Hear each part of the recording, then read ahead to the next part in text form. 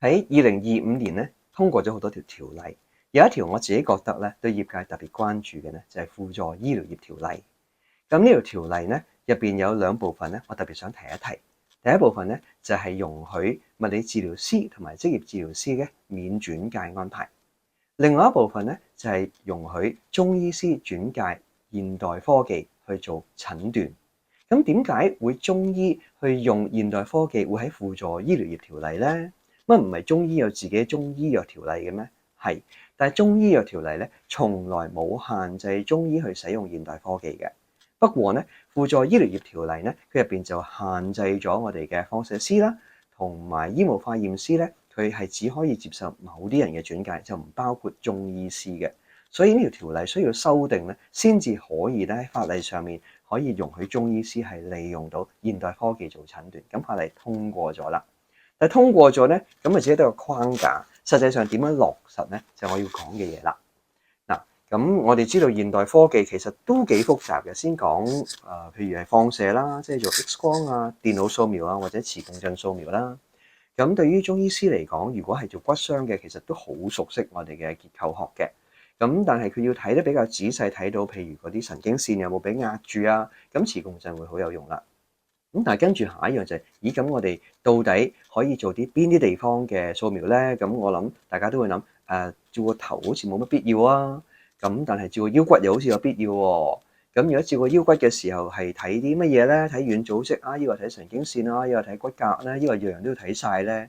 咁於是乎就衍生咗一大堆嘅問題，即係喺某啲情況或者邊啲特定嘅情況底下咧，應該係合適地去做啲乜嘢嘅掃描啊，或者 X 光啊。咁樣，咁呢個我相信嚟緊咧，我哋就需要有一個好好嘅討論，令到咧我哋有一個列表出咗嚟，係乜嘢情況應該做啲乜嘢嘅步驟，咁啊清清楚楚，大家唔會做多，又唔會做少，又唔會做漏啦。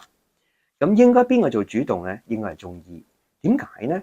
點解唔係譬如放射師咧？其實放射師喺呢方面咧係比較上被動嘅。你話俾佢知啊，我哋嘅中醫喺某個情況底下做啲乜嘢咧，係幫助到我哋去做個診斷嘅時候咧，咁佢咪話哦咁好啦，你做啦，我哋冇問題嘅。咁所以主動權咧永遠都係中醫嘅書。好啦，醫務化驗又點樣咧？即係我哋講緊抽血啊，或者驗譬如小便啊咁樣啦。呢個就可能係更加複雜，因為牽涉嘅咧就會係好多種無數咁多種嘅化驗，而且出咗報告咧好多時係堆數字嚟嘅。報告都冇，報告有咪數字咯。咁數字你要自己分析嘅，咁要分析啲數字，亦都有佢哋自己嘅背後科學喺處啦。咁其實我自己作為西醫咧，都唔係所有嘅化驗我夠膽去用嘅，有好多咧我睇咗我都唔係好認識咧，都唔夠膽用。咁如果我哋要中醫開始去用嘅時候，開始嘅時候啦，起碼可能我哋亦都真係要傾清楚咧，某啲特定嘅情況咧，係做某啲好指定嘅檢驗，譬如某一隻藥係可能會傷肝。咁佢傷肝嘅時候咧，我哋總會有啲研究數據咧，係指邊個酵素會高咗啊，或者低咗。咁我哋針對性驗嗰個酵素咧，我覺得咁樣係最容易開始。否則嚟講，如果你譬如驗一個全面嘅肝功能嘅時候咧，咁入邊有可能有十幾個數字，你要逐個數字分析嘅時候，仲要將數字嘅一個擺埋一齊去分析咧，咁就會相當之困難，亦都未必係開始可以做嘅事情。所以我相信需要嘅就係大家坐低去傾清楚乜嘢情況底下做邊一個特定嘅一個化驗，咁嘅時候對大家咧都係會容易啲，亦都可以免除咗一啲唔需要做或者做多咗或者係唔知點分析嘅結果出嚟。